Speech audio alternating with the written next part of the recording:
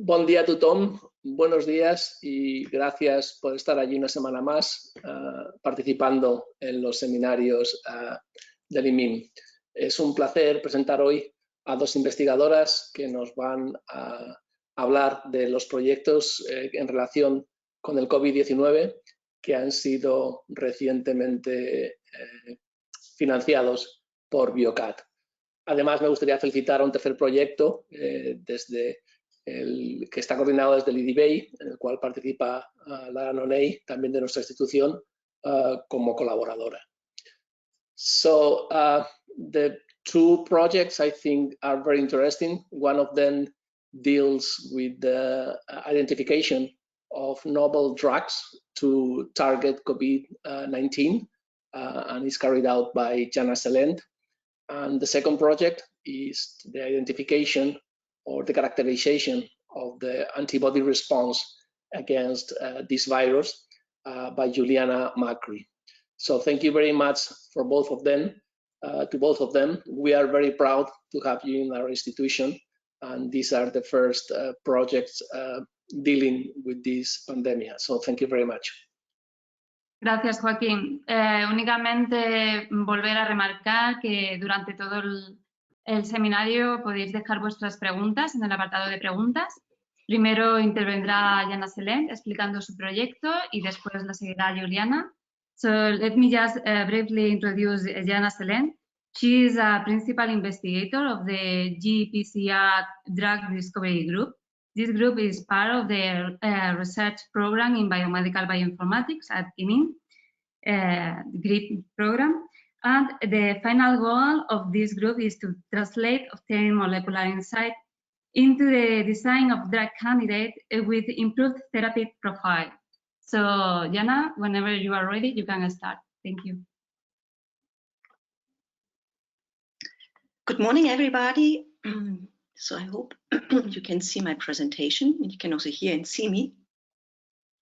So first of all, I would like to thank Joaquin and Vanessa, for giving me the opportunity to share this project and present you a little bit the outline, what we are going to do, and of course also Biocat for funding this project. So the title, as you have heard, is Dual Strategy for Inhibiting the Infectious Cycle of SARS-CoV-2. And in the first slide, I want to show you the objectives. Okay. So we aim at identifying antiviral drugs that interfere with the infectious cycle of SARS-CoV-2 by inhibiting the cell entry of the virus. In order to increase the success rate and also the chance to find an effective drug, we apply a dual targeting strategy. On one hand, we want to block a specific region of the virus that is used to attach to the host cell, the so-called spike protein. And on the other hand, we also try to inhibit a second key player located in the cell membrane, which further catalyzes the virus entrance, the serine protease TMPRSS2. Now, we will use new computational technology on one hand for rapid identification and molecular characterization of promising drug candidates. We use drug targeting and drug modeling, molecular simulations and virtual screening for that. Then a proof of concept is going to be obtained for such drug candidates by cell-based validation assays. Before then, we try to take the most promising drug candidates to the clinical trial study. So, of course, one of the biggest challenges, and I think everybody is aware of it, is to find therapeutic solutions that more than quickly reach affected patients. And this is really not very easy and straightforward, but we try to tackle it by using a strategy which is called drug reprofiling. And this strategy is based on re-assigning an existing drug with an already known improving safety profile to the treatment of COVID-19. And we hope that this will allow us to significantly speed up the clinical trial and drug approval process. So there are other, just to show you, examples where this has been actually successfully done. Very famous examples like aspirin, which is actually a region of pain and for fever treatment applied, and also it can be applied for antiplatelet. Another example is allopurinol, originally developed for cancer, but then also used for gut. Bromocriptine has been originally developed for Parkinson's disease and is now used also for diabetes mellitus.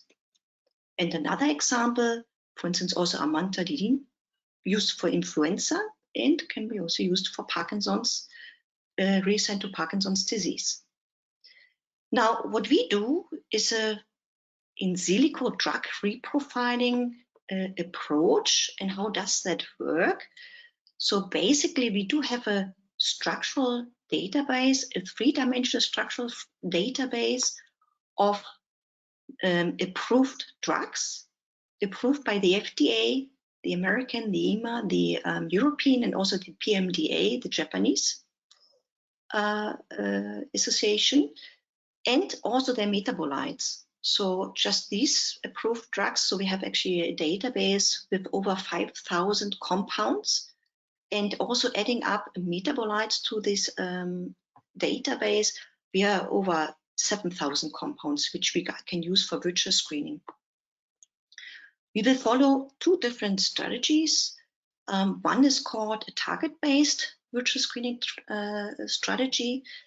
Here, what you really need is structural information of your target, and then you can start trying to dock and to place your molecules from a structural database into your drug target and see which one would actually fulfill the complementary shape and also interactions to come up with promising drug candidates. On the other hand, if you do not have structural information of your target available, you can also use pharmacophore-based virtual screen. Here, if you do have a list of, for instance, synthetic molecules which you see that act on your target, you can use them, you can align them and try to find similarities, and then apply to these similarities what we call a pharmacophore, which reflects relevant chemical features on the molecule to interact with the drug target, as you can see here. Once you have your pharmacophore, you can go to your structural database and try to filter out, in this case, approved drugs which fulfill this kind of structural criteria. Now, what kind of structural information is available for carrying out a target-based virtual screen? Here you see a transmission electron micrograph of the SARS-CoV-2.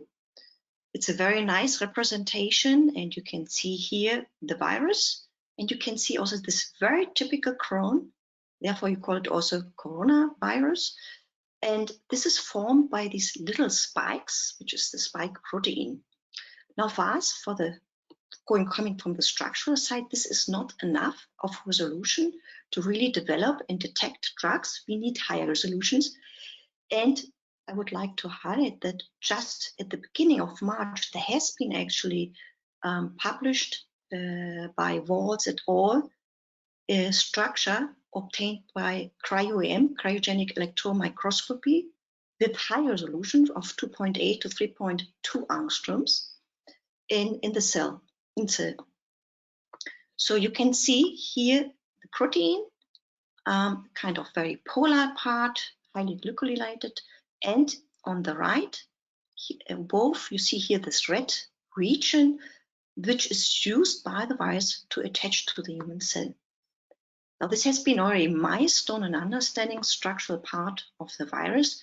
At the same time, there was actually another study which provided structural insight into the recognition of the SARS-CoV-2 by the full-length human ACE2, which is the angiotensin converting enzyme 2, which was published in Science at the same time, and which you see down here, which I show you a representation of this host cell receptor. Now, what we see is that the virus is able to attach with the glycoprotein, with the spike protein, and attached to this host cell receptor here. And the interface is very critical for virus recognition and virus attachment to the host cell. Now we can actually look further into, as we obtained here also a high resolution of 2.9 to 3.5 angstroms. And you see here the virus part, you see here the host cell, and here the interface. Now, as you can see, this interface is indeed very promising. Blocking this very promising approach to inhibit the virus cell entry. Now, what we use now is we apply computational simulation in the first step to characterize better the properties of this interface, as you can see now in the next slide. And these are already preliminary results which we have obtained, which I would like to share with you. You see here one side of this interface. You can see now an atomistic representation of the interaction. In the red, you see the virus, and in green, you can see the host cell receptor. And what we can do now is we can really quantify the virus contact on the one side and the host cell contacts on the other side, and map where we have important contacts, which are shown here actually in light arrays, these side chains coming from the virus and also coming from the host cell. However, what we can do further is now really obtain a dynamic view into it, and you can see how these contacts start to form and also to dissolve. So they are transient contacts. As you can see also here, the red lines show how contacts are formed. And then at the end, we can actually sum them up and see which of these interactions are the most important ones and which represents actually hotspots in the interaction of the virus with the host cell. Now, what we of course can do then is we can exploit this interface, as you can see here. So here you see the most important contacts shown in surface, and we can now go and try to do drug reprofiling by virtual screening. So we take out our database, which contain drugs of FDA, EMA, and PMDA approved drugs, and carry out a virtual screen. So we did that, and we obtained already 9 very promising hits, and I would like to show you here one, and also to show you a little bit how this algorithm works. Yeah.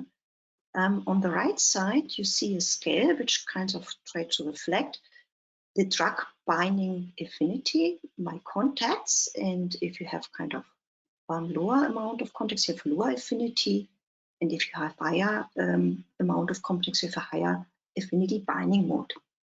So the algorithm, which tries now for each of these over 7,000 compounds, tries to dock these compounds into this interface here, as you can see, and calculates the amount of contacts. And you see, for instance, here the contacts increase, adopting also here different binding modes. I would like to highlight that we found actually quite interesting approved drug, which is called ivermectin.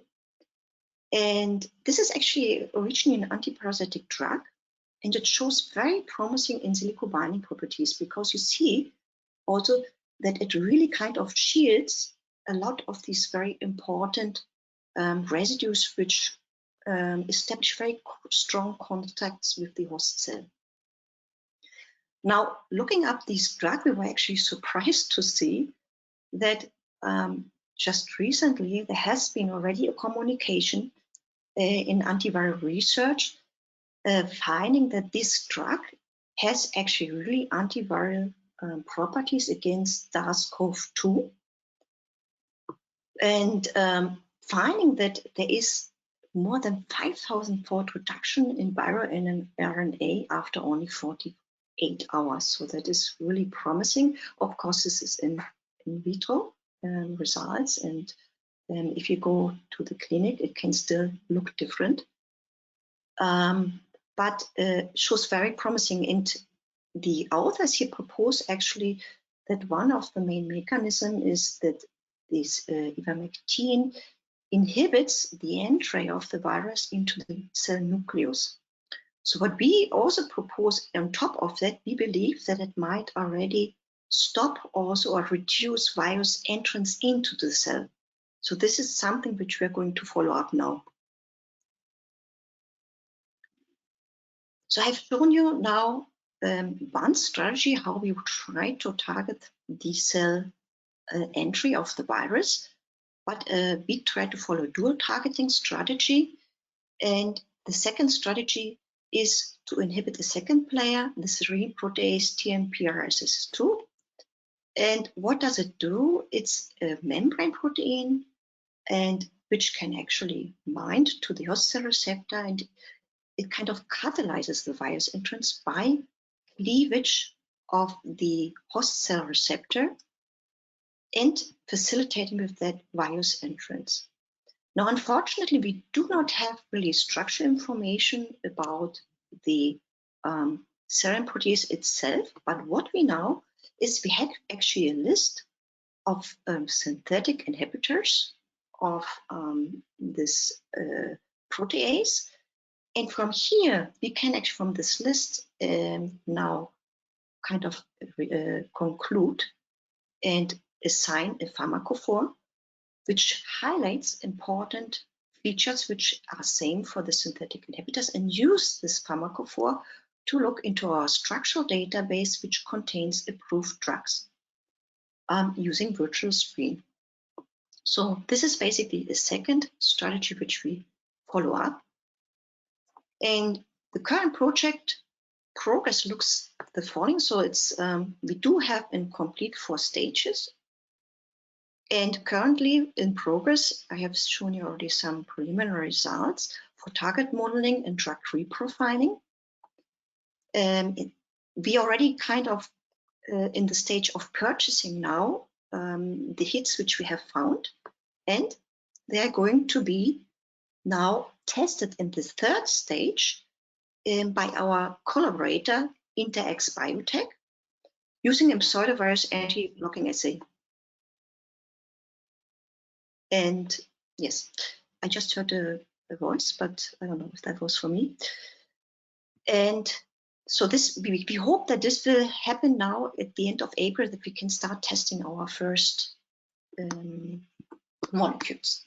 So after we have promising candidates, we go on to the 4th stage, and here we will start applying for clinical trial. Here we count actually, because on an expert to speed that up in writing these applications, and we really envisage that due to the fact that our drug candidates are already approved drugs with a proven safety profile, we can significantly speed up this clinical trial process. So if you have any comments or would like to collaborate, we would be very happy if you contact us. And with this, I would like, of course, not to forget to acknowledge the people of my group that work very hard in that project, and specifically Tomek, and of course our collaborator, which made it possible to team up that quickly to carry out this pseudovirus assays, and finally, of course, BioCard for funding this project. So with this, I'm at the end, and I would like to hand over to the next speaker. Thank you very much. Thank you very much, Jana. So now let's pass to Giuliana. I just would like to remember all of you that you can leave your questions in the question part.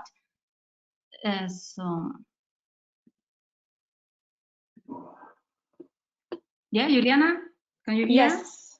So yes. Let me just briefly introduce you. Okay. Giuliana Magri is member of the B-cell biology group, which is part of the inflammatory and cardiovascular disease program of IMIM. And this group uses different cellular, histological, molecular techniques to address basic questions related to the regulation of B-cell activation and antibody production.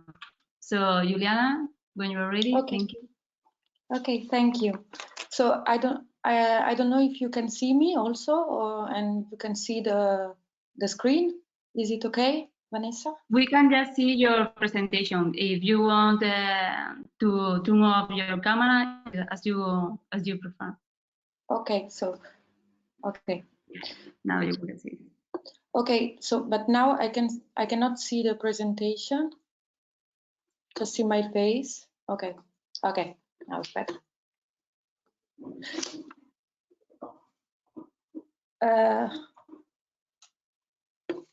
Okay, so first of all, I would like to thank Vanessa and Joaquin for the invitation.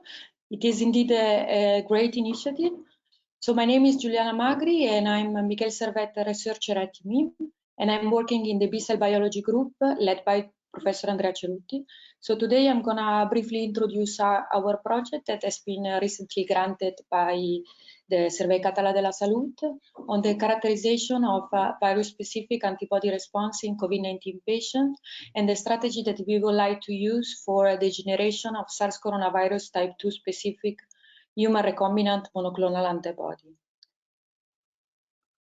Okay, so as you know, the coronavirus disease 2019 or COVID-19 is a new emergent respiratory disease that is caused by the novel severe acute respiratory syndrome coronavirus type 2 or SARS-CoV-2.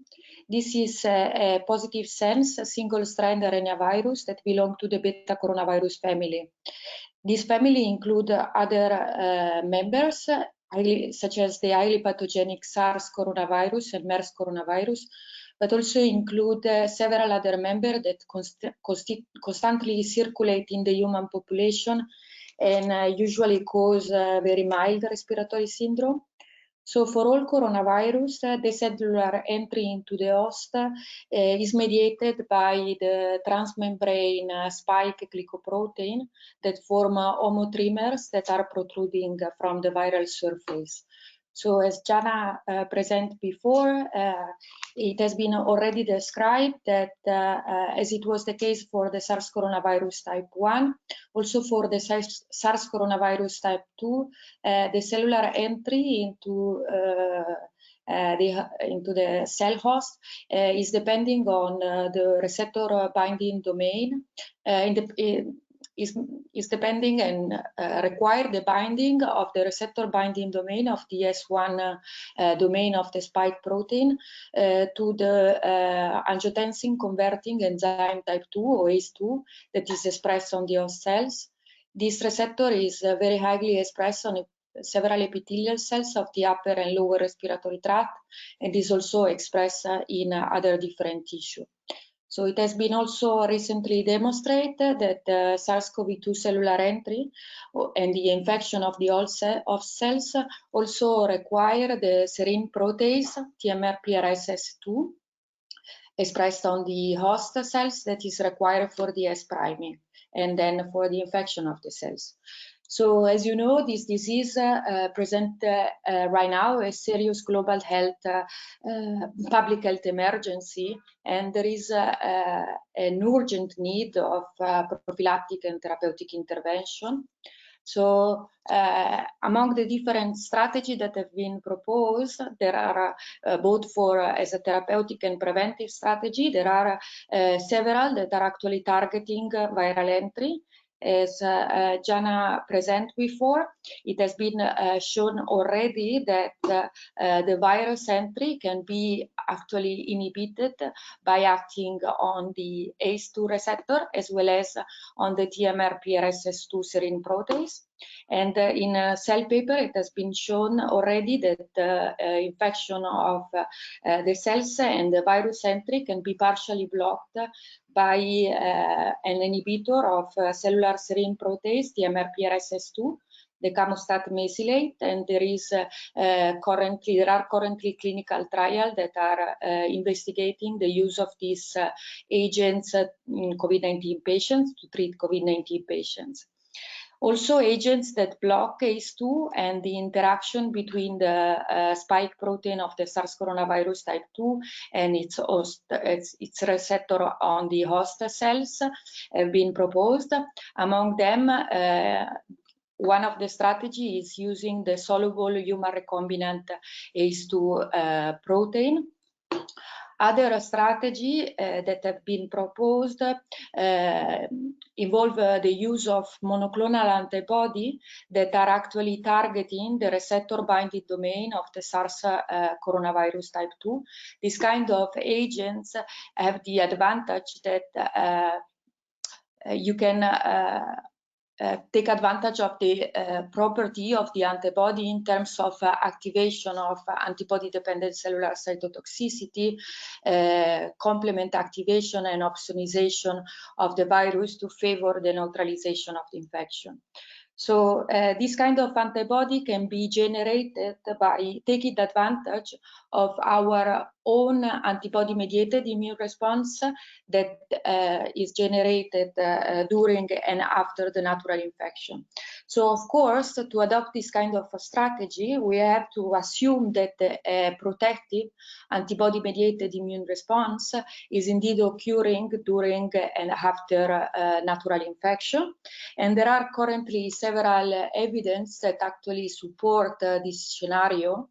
First of all, there are already several reports that clearly indicate that a significant seroconversion is occurring after natural infection with SARS coronavirus type 2. Also, it has been shown already that at least in a subset of patients, particularly in the most severe COVID-19 patients, anti-SARS coronavirus type 2 can recognize the spike protein of the virus, including the receptor binding domain that is target for neutralizing antibody for related coronavirus, including the highly pathogenic SARS coronavirus and MERS coronavirus. On the same line, it has been recently reported in a very elegant study the identification of potent SARS coronavirus type 2 neutralizing antibody from a SARS survivor. So what has been shown in this recent report is that B cells from these patients can generate antibody that can not only neutralize the SARS coronavirus type 1 infection, but also are very potent neutralizing antibody for the SARS coronavirus type 2 infection. So a further proof of the protective nature of the antibody-mediated immune response come from a recent preliminary, not peer-reviewed longitudinal study that has been performed in rhesus macaques that suggests that the immunity that is acquired following primary infection with SARS coronavirus type 2 may protect upon subsequent exposure to the virus. So, and finally, another important proof of the protective nature of the antibody response during SARS coronavirus infection come from a recent report in PNS that suggests the effectiveness in a small cohort of patients of the use of convalescent plasma therapy to treat severe COVID-19 patients. So this kind of methodology have the great advantage of being already available. However, there are and involve several drawbacks. First of all, is extremely expensive, and also there is a risk of accidental infection. Also, there is a risk of induction or transfusion-induced acute lung injury, and also you cannot really control which antibody are contained in this plasma from cured patients. And there is a possibility that among the antibody, there are possibly antibody that can actually promote the infection or induce antibody-mediated enhancement. So for our project, we then decide to for another strategy. So these are the two aims that we would like to address. So first of all, to shed light on the nature of the immune response to SARS coronavirus type 2, we will perform an extensive characterization of the antibody response dynamic in COVID-19 patients. And this will be achieved by high-dimensional immune profiling of B cells using spectral flow cytometry, and also serological assay to detect specific antibody against the spike protein, as well as the receptor binding domain of the spike protein. This kind of analysis would allow us also to identify high responder COVID-19 patients, and this is essential for the second goal of our project, that is the generation of SARS coronavirus type 2 specific human recombinant monoclonal antibody from peripheral blood B cells of highly responder COVID-19 patients. So this is the experimental design. So for the characterization of the B cells and antibody response, a total of 20 individuals that have been diagnosed with mild as well as moderate/severe COVID-19 disease, as well as 20 healthy control that have been not exposed to the virus will be included. So for the COVID-19 patients to be included, patients will have to be 18 to 65 years old and diagnosed by PCR of active COVID-19 disease. In principle, patients with comorbidity will be excluded, and the patient's enrollment, the clinical evaluation, and the sample collection will be done in collaboration with our clinical collaborator, Dr. Judith Villar Garcia at Hospital del Mar. So we will get the blood 8-12 days post-symptom onset from COVID-19 patients, and this is because we think that at this stage of the disease, we have a peak of antibody secreting plasma cells in the blood, and then we also get the blood 3 months post-symptoms onset. So first of all, to monitor SARS coronavirus antibody titer in the sera, we will perform an isotyping and subtyping ELISA using recombinantly expressed SARS coronavirus antigen as a substrate. So we use for this kind of assay the expression construct that Dr. Kramer have already generated. So this construct, as well as the serological assay that have been developed, has been recently approved by the Food and Drug Administration.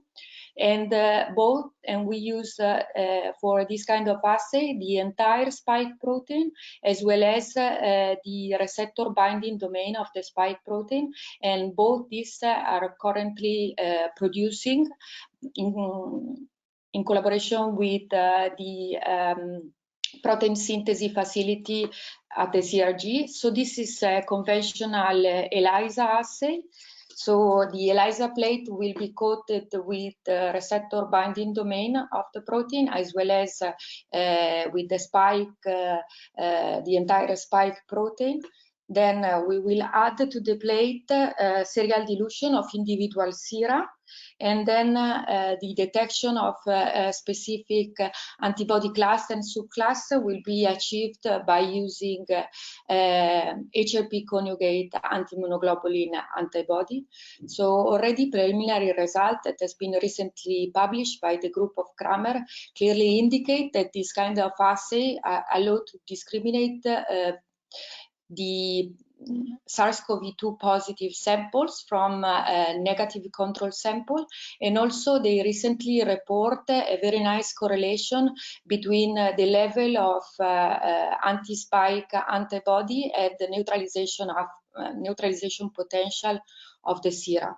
So apart the serological assay, we will want to analyze also the B-cell response by performing high-dimensional immunophenotyping of peripheral blood B-cells by spectral flow cytometry. So the spectral flow cytometry is an emerging technology that is already available at the PRBB that combine ultra-fast spectroscopy and flow cytometry for the single cell analysis, and allow the analysis simultaneously of up to 30 different markers on a single cell. So with this kind of analysis, of methodology, we would like to analyze the B-cell subset distribution with antibody subclass resolution, and by using biotinylated RBD protein as a kind of antibody, we would like also to detect and characterize antigen-specific memory B cells and plasma cells. In parallel, we will analyze markers of activation, energy, and longevity, and we will perform a parallel characterization of main myeloid and T-cell population. So this kind of analysis will help us to shed light on the nature of antibody and B-cell mediated immune response, and also we think that this kind of extensive analysis will allow us to define high responder COVID-19 patients, and this is essential for the second part of our project, that is the most translational part, that is the generation of SARS coronavirus type 2 specific recombinant human monoclonal antibody. So we will we will select probably 2 high responder COVID-19 patients from our previous analysis, based on the fact that they have a higher level of RBD-specific B cells and a high level of RBD-specific immunoglobulin in the sera. So for biosafety reason, those patients should be virus-free and already recover at the time of the analysis. So we will stain peripheral blood mononuclear cells with antibody specific for B cell marker, and also with biotinylated RBD.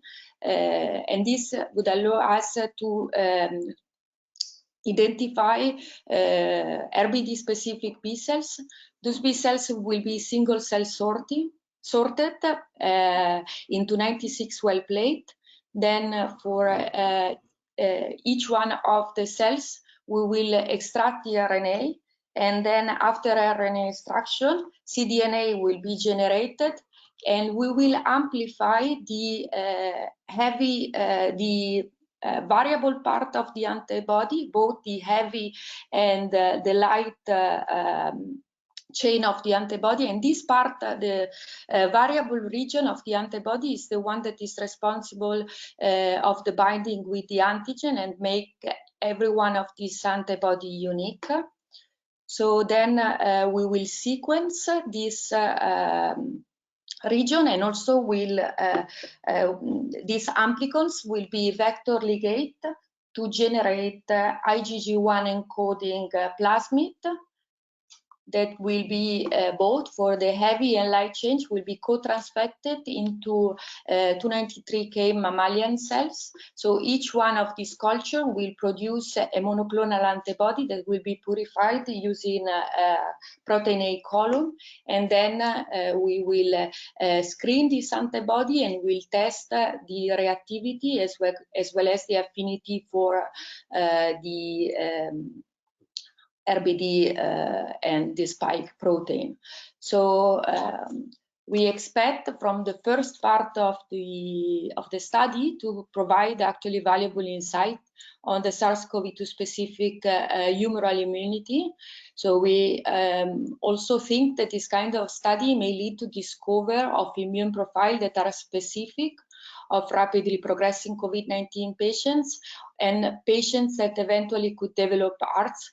Also, we think that this kind of a study would allow us to define a highly responder COVID-19 patients, and this would be essential for the second aim of the study, that is the generation of SARS-CoV-2 specific monoclonal antibody. So we expect from the study to generate and screen a first library of at least 100 SARS-CoV-2 RBD specific monoclonal antibody, and in a follow-up project we would like to analyze the neutralization capacity of this antibody using pseudovirus as well as a live virus neutralization assay, and we will select 1 or 2 antibody that we can then produce on large scale and test as a biological therapy. So to conclude, I would like to just inform you that we are looking for a expert postdoc to help us in this project. And of course, thank you for the attention. Thank you very much, Giuliana. So now we can pass to the question round. Jana, can you please activate your microphone and turn on your camera, please? Yes, I have it activated. Thank you very much. So I think Joaquin wanted to do the first question by voice. So let me just check if I can activate this microphone. Okay, can you hear me? Yeah, we can hear you. Actually, it's a question and a comment for both of you. There's a very interesting comment today in the Lancet and they're highlighting the fact that this is a very dangerous disease, not only because of the virus, but mainly because of the exacerbated immune reaction of the patient. It seems that there's a huge cytokine release syndrome with IL-6, TNF-alpha, And it's not very clear when that exacerbated immune response is established in the patients. So they claim that it's going to be very important to use combinatorial therapies. That maybe an antiviral, even if it's very, very efficient, is not going to be enough. Because if the cytokine release syndrome has been already established, even if you block the virus entry or replication, you may fail in clinical trials. It's just a comment because both of you, I think that your projects are extremely interesting, but it would be important, I think it could be important to, from the very beginning, show that your therapies, because both of you are going to develop a therapy, may or may not be efficacious in a system, but it's very important to test combinations before saying that the therapy is not efficacious, because one of the main messages of this article is that we may be overlooking very effective drugs in the clinic because we don't deliver them in the appropriate combination. I don't know what's your perspective about this message. Yes, of course. I think this is a very complex disease. So the inflammatory component of the disease is very important, and probably is what is causing a fatal outcome in most of the patients. So the ones that develop acute distress respiratory syndrome, for sure. So I think that right now there is this idea that the antiviral drugs should be administered somehow in earlier phase and eventually combine with anti-inflammatory drugs.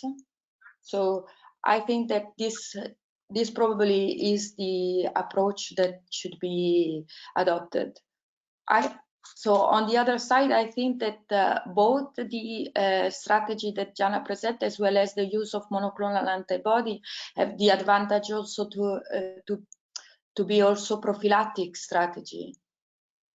For example, high-risk population, or so you eventually can block or strongly decrease the amount of virus that reach the cells, and this could also have a positive outcome. Yeah, that's a very important point. Thank you very much. Both points are excellent, so congratulations on the project. Yeah, I just also wanted to quickly comment on that, and I agree with Giuliana.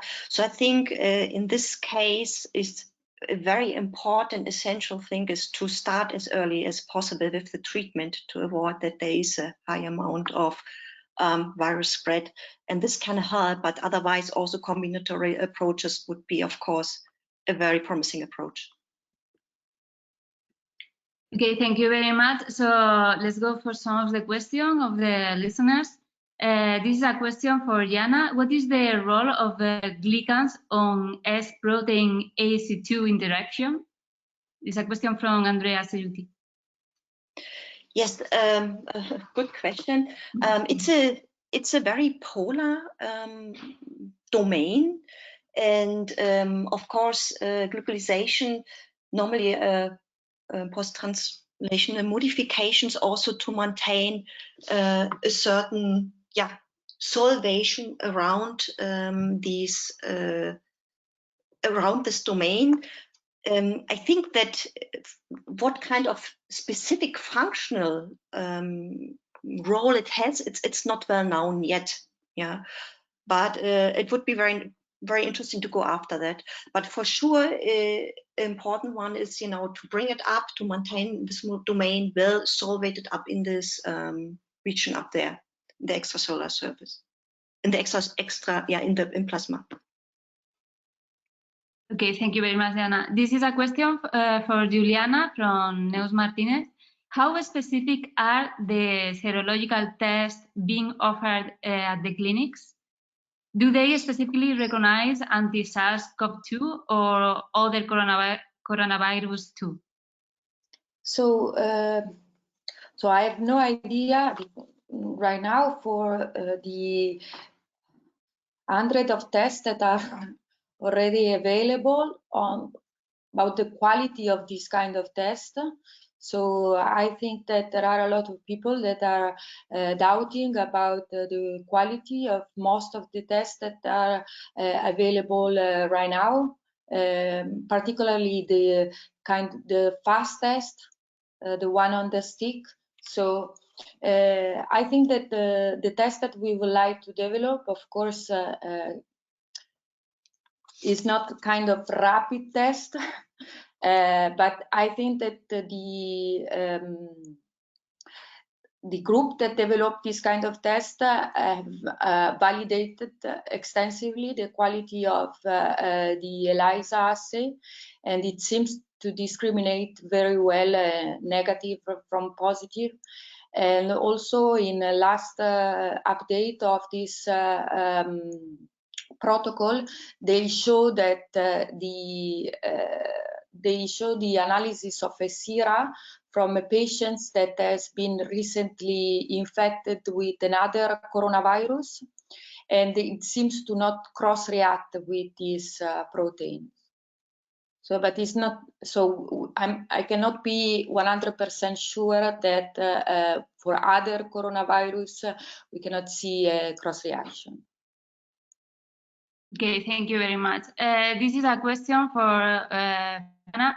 How this prediction model of drug-virus interaction take into account the individual difference between patients? For example, it seems that overweight patients have more severe effects from the virus.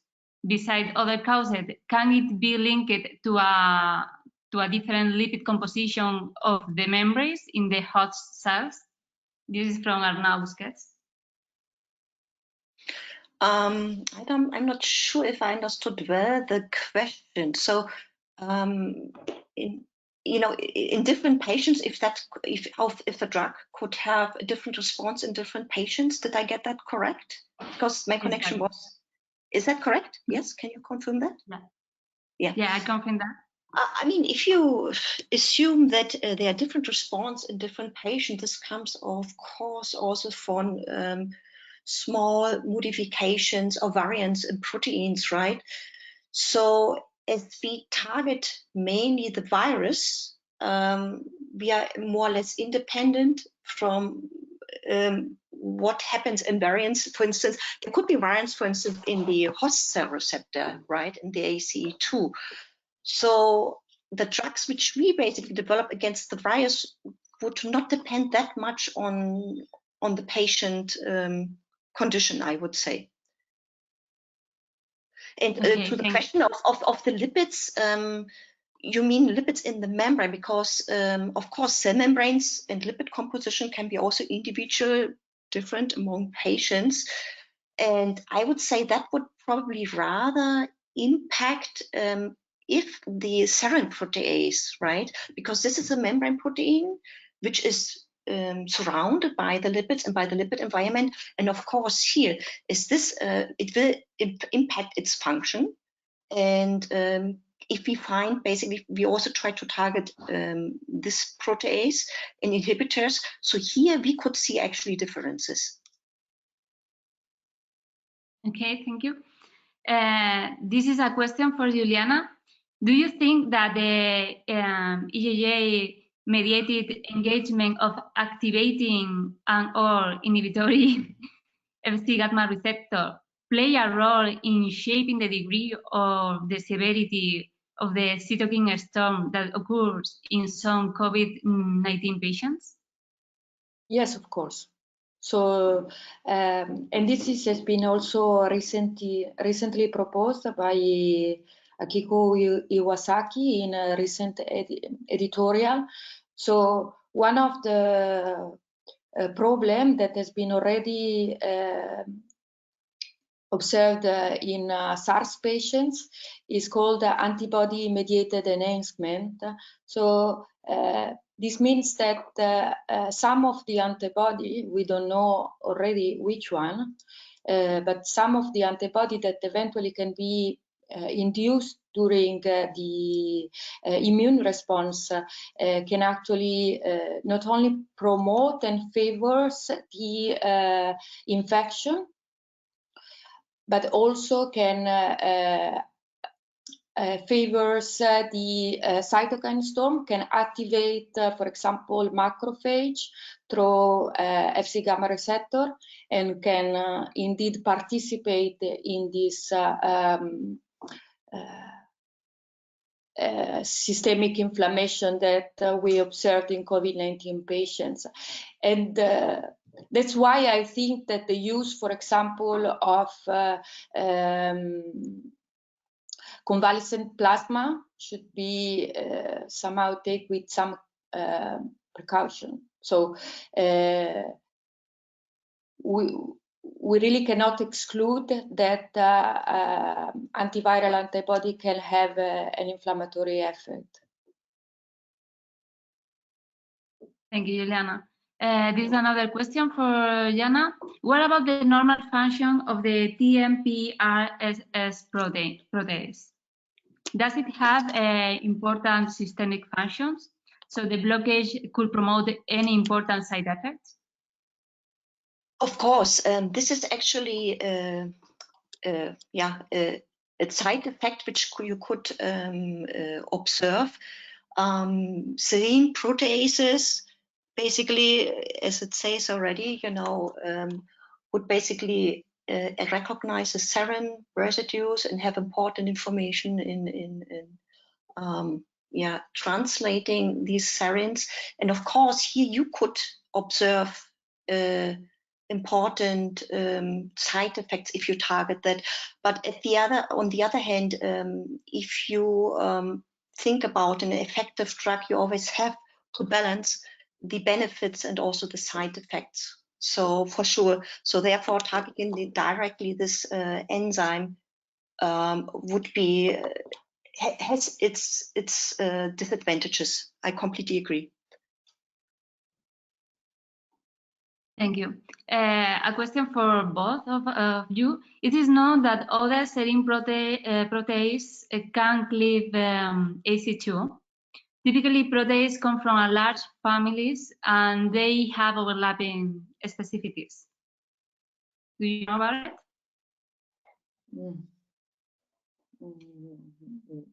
No. Jana, if you want to start. Can you again? I'm sorry, my connection. I didn't. Can you spell out again the question, please? Yeah, the question is that if it is known that other proteases can cleavage AC2 receptor.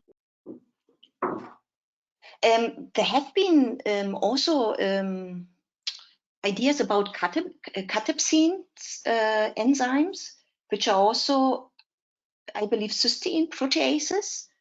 And it's true at the end, what they have speculated first that these enzymes could play a role, but they found at the end that the serine proteases, the TMPRSS2 is more important. Yeah. So yes, there have been other ones described. Okay, thank you. This is a question for Giuliana from Jose Lamos. So, well, it's a comment. A recent study proposed that the protection of children against COVID-19 may be related to the cross-reactivity of response to the MMR vaccine and measles, mumps, rubella. In fact, they proposed that this vaccination could protect against the virulence of COVID-19 infection. He wanted to know your opinion on this. Yeah, I don't know. really. I think that the fact that children are somehow protected is still a kind of mystery. There are a lot of people that are addressing this aspect of the disease, so probably also ACE2 expression on epithelial cells seems to be decreased in children. There are other theories that eventually involve also kind of hyperactivation of the immune system on children comparing to adults, and cross-reactivity. I'm not sure.